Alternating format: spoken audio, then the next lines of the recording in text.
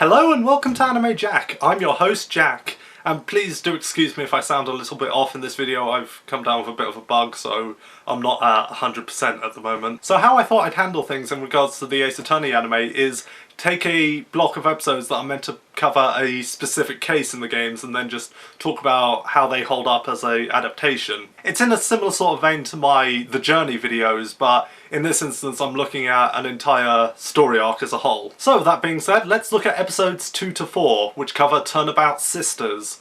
Oh, and quick spoiler warning, by the way, if you're somebody who's just viewing this as an anime and has no experience with Ace Attorney beforehand, I am going to be going into spoilers from the game, so I'm going to be going to spoilers that come later down the line. So that is your spoiler warning. If you want to see how things turn out in the plot and want to be surprised, you might want to click away now. So Turnabout Sisters, by and large, I thought it was a pretty good adaptation of this story. However, this is where the changes that I said were inevitably going to happen do come into play. And I know some of the changes are really going to annoy some people, especially with how psycho the Ace Attorney fanbase can be.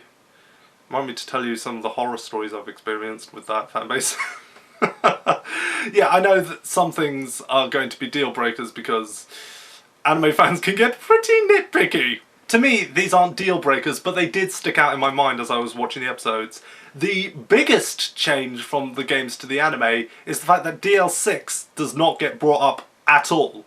Like, it's not even, well, it is hinted at, but very, very lightly, and in hints you'd only understand if you'd played the games. Like, Mia and Maya's mother never gets a mention at all, nor does her connection to Red White or how Grossberg fits into all of this. None of that gets brought up at all. Now, on the one hand, I can kinda understand their reasons for doing this, because they probably want to keep it as this big dramatic reveal for the end of the series, but on the other hand, I think you could have at least thrown a light, just brief mention of it in there to kind of foreshadow for things to come to keep audience interest up, because otherwise this just looks like an open and shut case of a just random criminal that Mia was investigating. Which actually Red White isn't. There's actually much more depth to his and Mia's connection, but it's not really brought up at all. When it was brought up in the games, it seemed like it was open and closed when you finally brought this case to an end, but then when it was brought up again in the fourth case, it was like this big dramatic reveal. It's like, oh, DL6, I thought we were done with that. No, there's actually more to it than that. And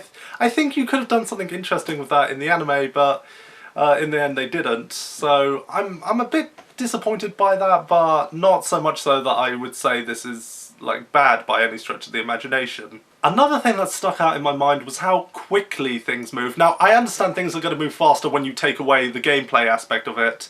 I fully expected that when I was going into this, but things do certainly move quickly. Like, April May is only very lightly brushed over. She's literally only really in one scene properly, and after that we don't see her again. Phoenix doesn't even visit her in the detention center to get more information or anything. It's just like once she's testified and been found to be lying, she's sent to jail and we never see her again. Now granted, April May was by no means a major character in all of this, but she still played more of a role than they gave her credit for in the anime. But like I said, none of these things really ruined it for me, but I know with the way a lot of these fans can be, they're gonna say that this was ruined or this was a terrible adaptation or things like that. But to me, yeah, some things will change, but it was still an entertaining story, and, you know, it's still pretty much told the exact same story as Turnabout Sisters. There was no major things changed that completely, like, changed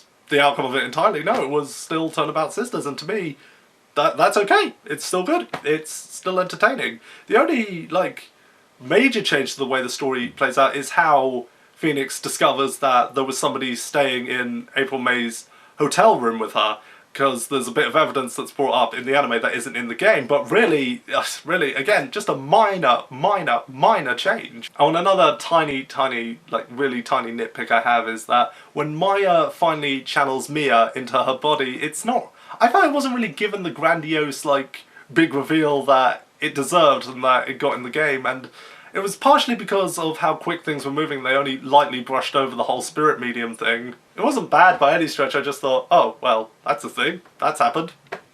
I mean, I knew it was coming, but that happened.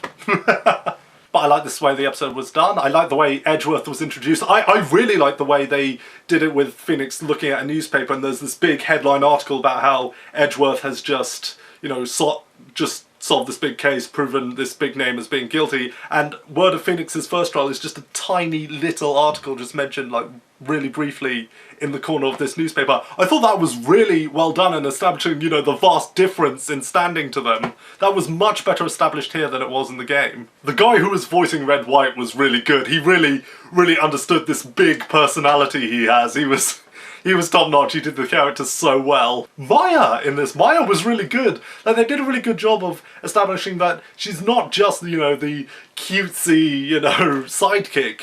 You know, they have her, like, spotting things that Phoenix didn't notice in the evidence. They have her helping out and, you know, showing that, you know, though she might not be an attorney, she can still help out. Maya honestly seemed a bit more on the ball in the final case than even Phoenix did. And I like that, because it would have been so easy to just have her as the cutesy sidekick who's just in the courtroom for comic relief. But no, I like that they adapted that factor about her, because in the games, if you're really stuck for information, Maya will say like brief things she noticed, like, oh, doesn't that sound a bit odd, Nick, and things like that. It's really just for the players who weren't paying much attention or really struggling, you know, to see where contradictions lies. It's not always like incredibly helpful, but it is there just to give players a little push, and they could have easily just taken that out about her character, but no, they adapted it very well, and I like that they did, because it shows that there is more to her character, that she might be a bit ditzy, but that doesn't mean she's stupid. Also, I noticed, like, in the first 2 episodes they were using the Japanese names in the subtitles, but by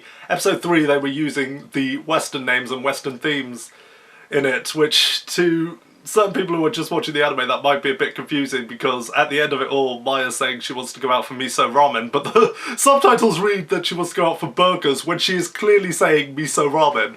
Well, you know, they're so similar, it's really easy to get them confused. Overall, I thought this adaptation, it was fine. It was good.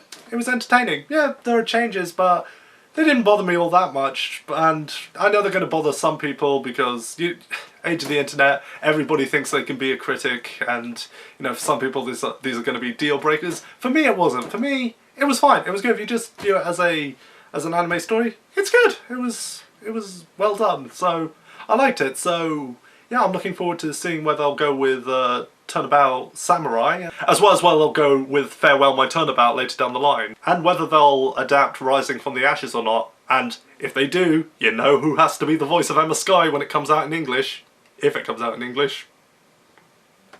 Let me know in the comments section what you thought about the Turnabout Sisters adaptation in the Ace Attorney anime. As always, if you like this video, please thumbs up it and share it with your friends. And if you're new here and you want to see more of my objectionable greatness, that doesn't make any sense, please hit that subscribe button. Make sure to also follow me on Twitter as well, as I will tweet as soon as I've finished an episode of this anime. This is Anime Jack, and I shall see you in Turnabout Samurai!